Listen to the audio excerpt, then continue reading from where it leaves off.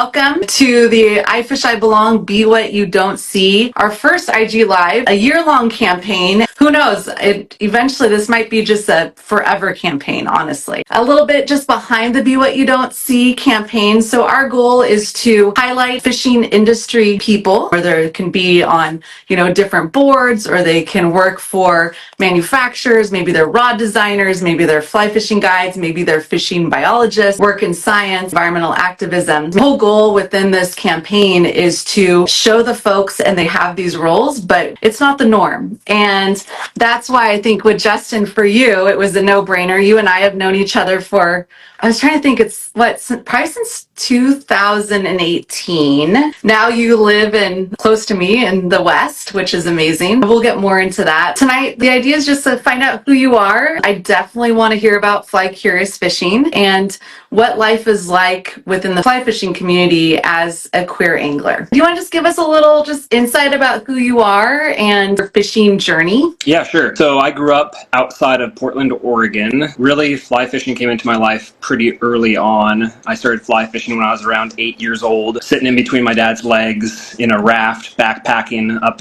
in the Cascades, just trolling around a dry fly. My family didn't really have a huge history of fly fishing or anything like that, but as soon as I started doing it at that age, I just grew addicted. The visualness of it, being able to watch the trout go after the fly, and then just kind of the all-encompassing nature of fly fishing just really drew me in, and I became a fly nerd from there on out. I started to get into fly tying at an early age, was entering this Oregon State Fair fly tying competitions for youth anglers. Went to a bunch of fly fishing camps hosted by the Helfriches down on the Mackenzie River. I think that even before I could walk, my dad was actually having me on his backpack on a mountain bike riding up the lower Deschutes River to chase steelhead. So it's been ingrained in me and something that I've always enjoyed and pursued. More recently, I've definitely tried to get more into giving back and getting involved on the instructor side and trying to get other people into it. I'm still able to find plenty of time to go out fishing. I try to go out almost every weekend that I have the chance. Now it's hunting season, so it's a little bit different right now. But during steelhead season, I was getting out as much as possible. It's still one of my biggest passions. The Deschutes River and the Rogue River, I consider my home rivers, but I really grew up on the Clackamas and Sandy, fly fishing there, swinging for steelhead, which was just an absolute blast. I caught my first steelhead on a swung fly that I tied, and I felt like that was just the ultimate when I was a kid.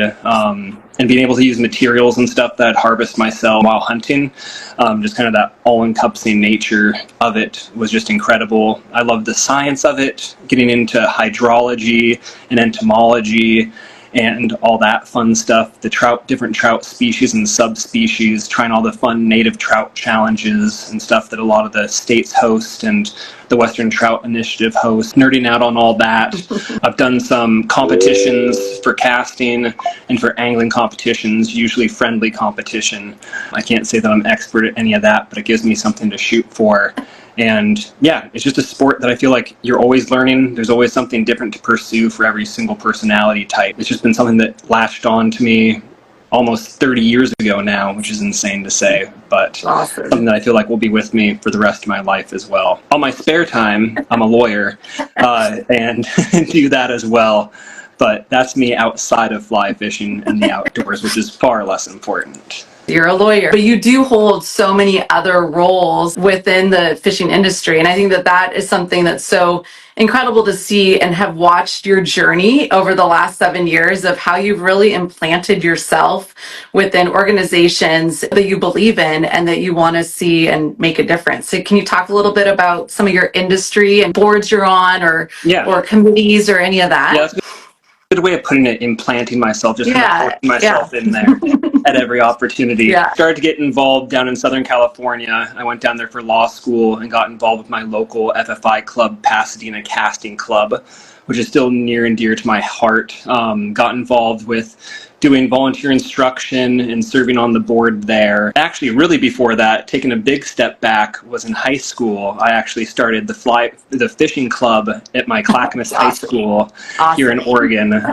So it started at an early age, I guess. From there and from Pasadena Casting Club, I've kind of moved on. And so I've moved out of there, gotten involved with Trout Unlimited when I was in Colorado, and giving back to the Stream Girls initiative and volunteering with that. Got involved with the Mayfly Project, which is still near and dear to my heart, and I'm still a mentor there, going on 5 years between Colorado and here in Bend, Oregon as well. Something that's very important to me, working with the foster kids and everything like that. For folks that don't know, it's working with kids within the foster system, teaching them how to fly fish, teaching them all about the entomology, and just getting them outside and kind of giving them a reliable mentor and a reliable outlet to really get out there and give them something different to do, which has been absolutely incredible. Also serve on the Fly Fishers International Board.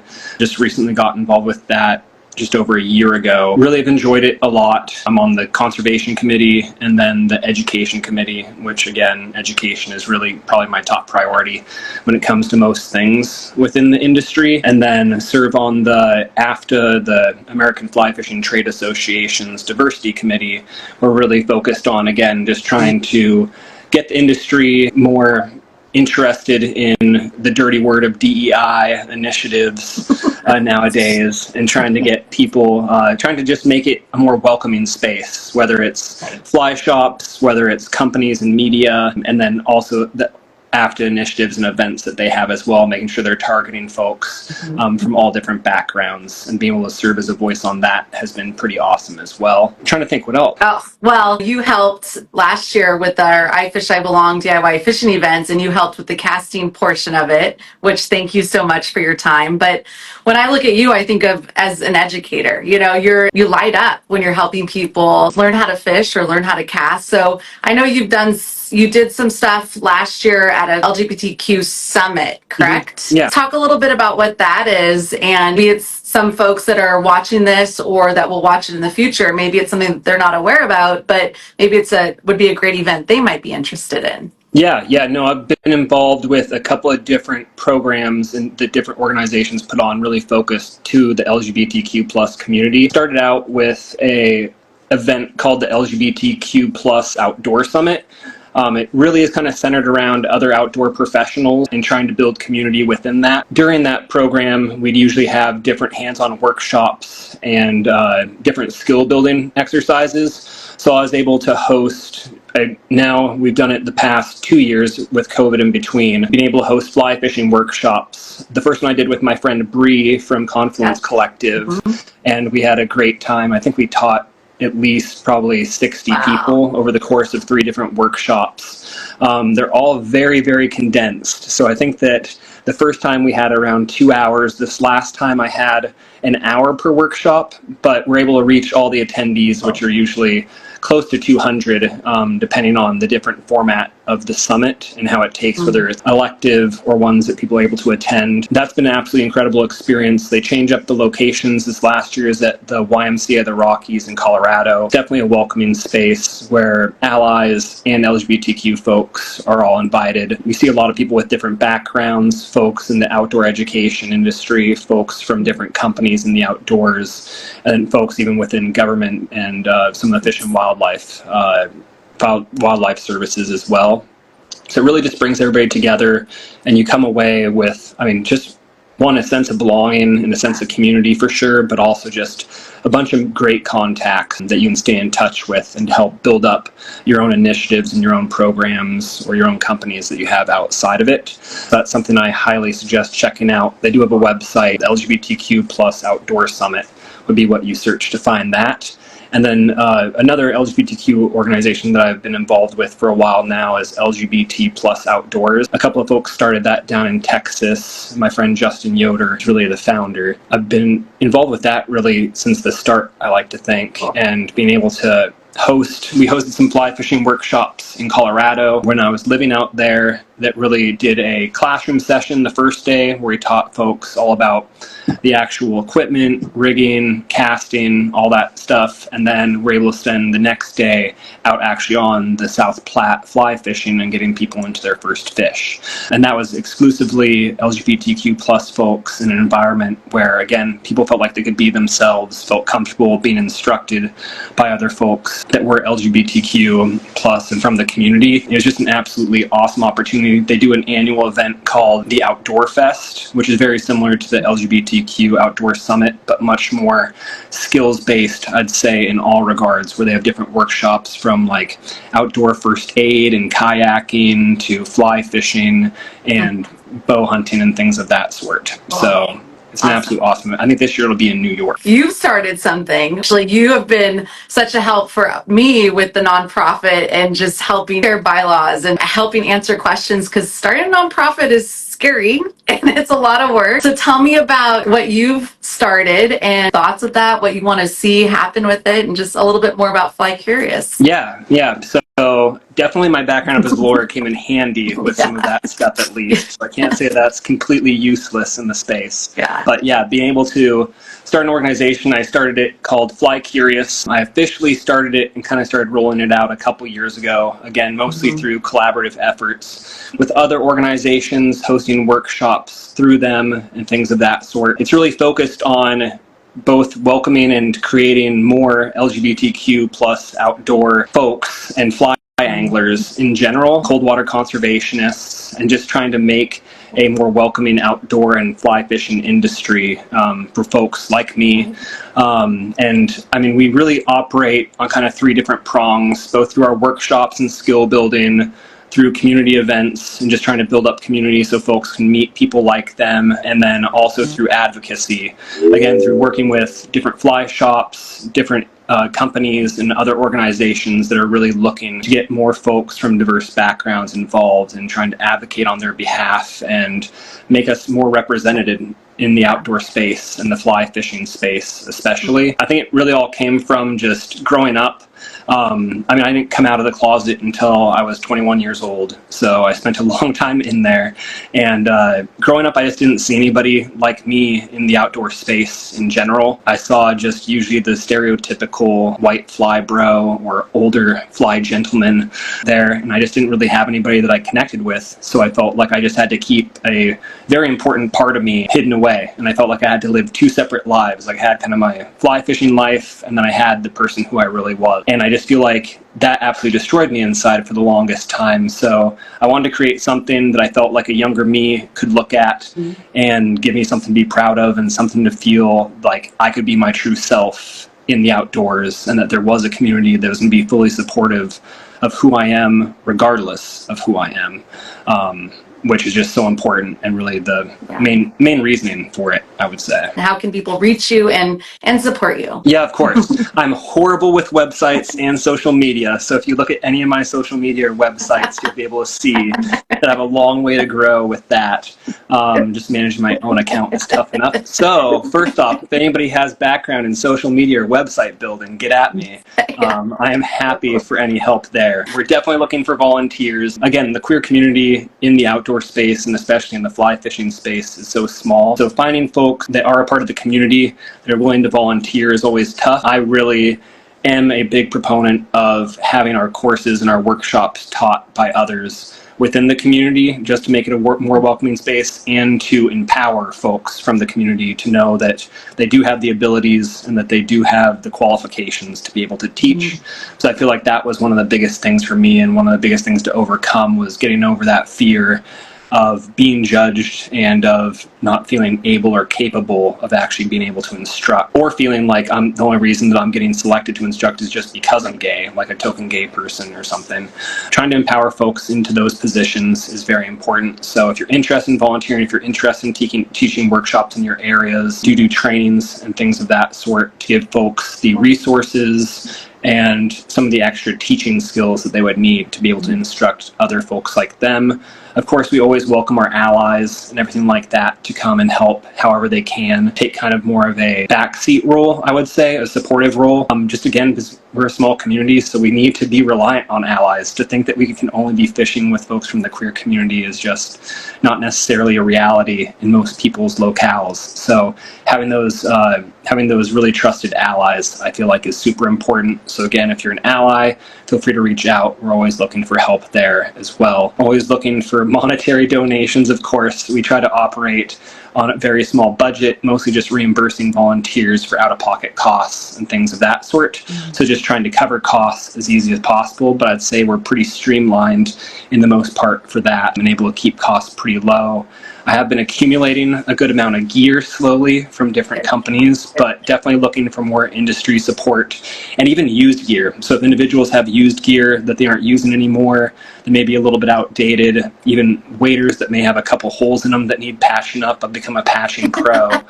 So I can easily use some aqua seal and dunk up some waders to make them usable. Fly fishing equipment of all sorts, and especially fly tying equipment as well. I'm looking on teaching some more fly tying courses because even folks that aren't interested in fly fishing, surprisingly, love fly tying. Yeah. Like the creativity behind it, the thought of just creating something out of nothing, I think is really inspiring for folks to really want to pursue.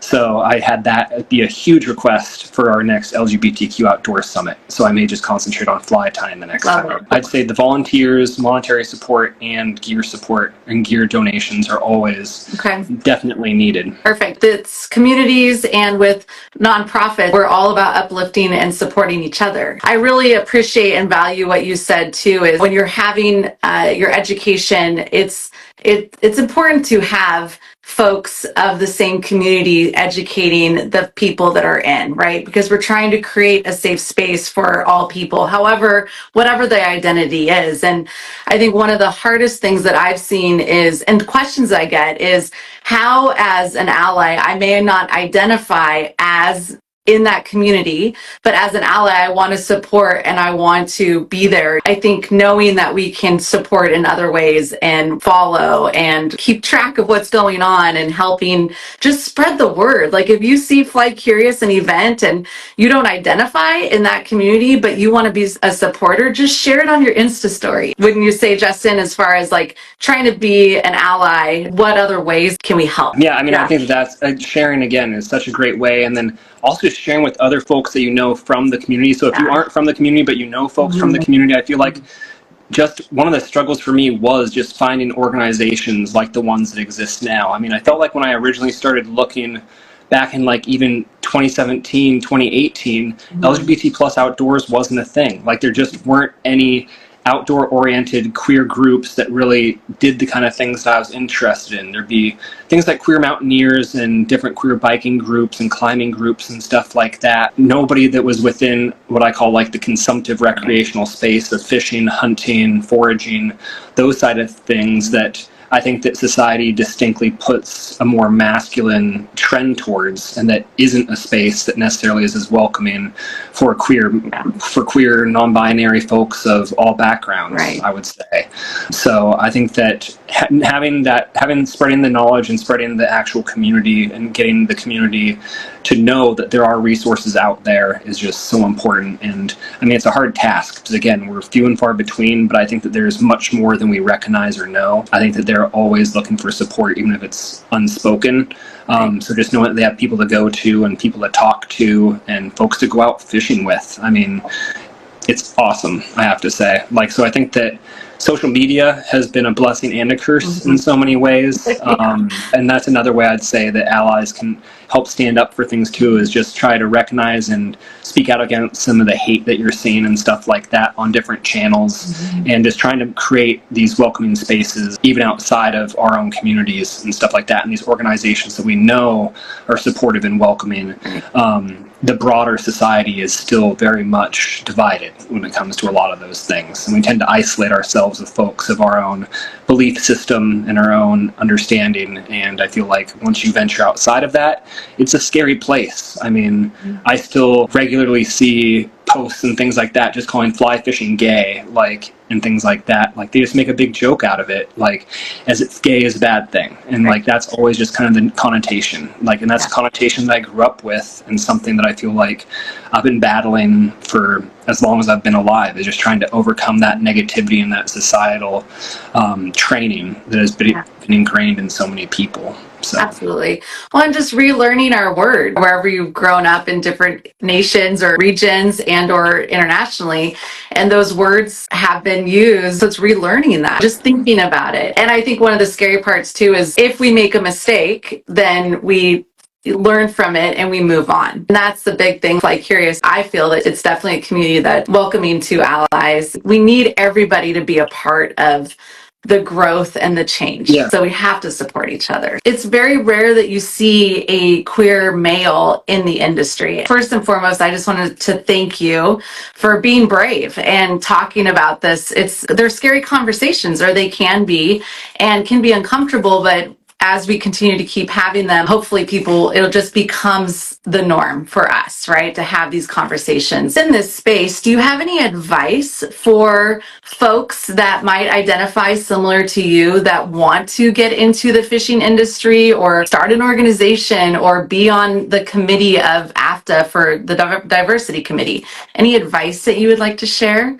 Yeah, I mean, for me, a lot of the barriers I felt like were all just kind of internalized, and like just that internal fear, the internal fear of judgment and things like that, and what other people would think. The best advice that I really tried to give myself and to others is just trying to work on that and work on trying to overcome that. There's so many things that we have holding us back really is just all internal, and it's ourselves that are holding us back, and that fear. Not to say that it's not unwarranted. I found once I was able to overcome that fear, I was welcomed with open arms into so many communities, both because I think that the people that are there and allies are greater in number than those that are filled with the hate and are going to try to work against you. So people are actively out there trying to work on your behalf, trying to push you up higher, if you're able to find them. And I think that there's opportunities, especially in a lot of the smaller fly fishing clubs, even though they can sometimes seem very non-diverse. I think there's a lot of opportunities to get involved in those levels and to work your way up for sure. That imposter syndrome, as so many people call it, I feel like that was one of those biggest things that I had to overcome.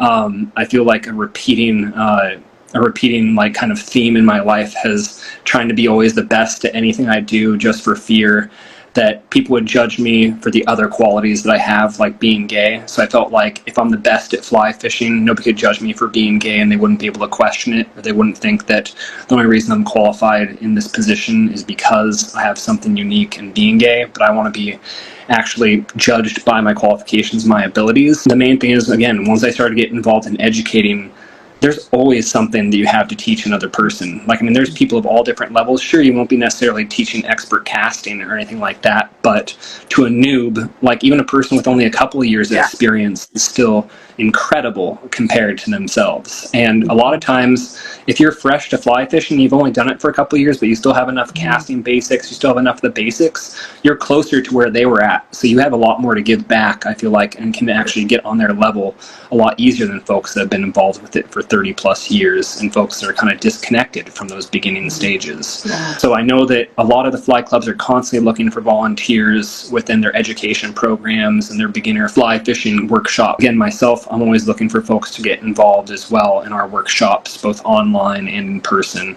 The one thing that I always kind of face is my privilege, being a white cis male that can easily conceal my identity and infiltrate the ranks of those kind of places where people of an LGBTQ background weren't necessarily represented as well. But I feel like folks from all different backgrounds, again, it can be different and more difficult for them. Just know that, again, there's people like myself, like you, Heather, and organizations like we have that are there to lift you up and there to support you.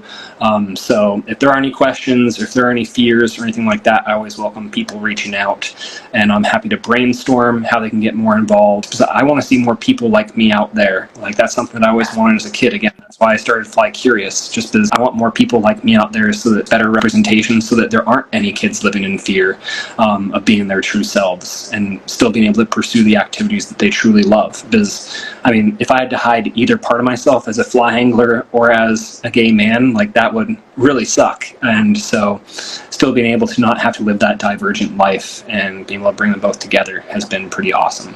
You are Be What You Don't See. Hopefully you've inspired at least one individual out there, or you're going to continue to inspire folks to come out and to reach out to Fly Curious and be a part of these different summits. Hopefully bring along some of those other friends and share their knowledge. And, you know, if they know it not, they know something more than somebody else, just like you said. Not being afraid to share that. Anything else that you wanted to add?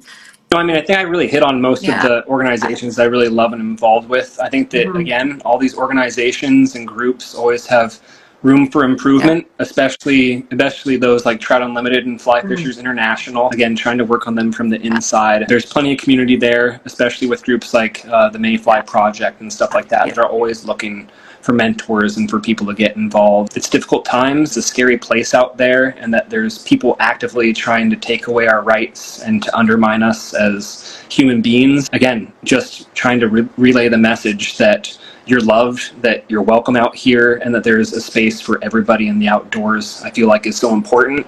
And I feel like that's something that your campaign is really doing, and I think that it'll work to make the outdoors a better place, even just one person at a time, and letting them know that hate is not something that's going to be tolerated in the outdoors.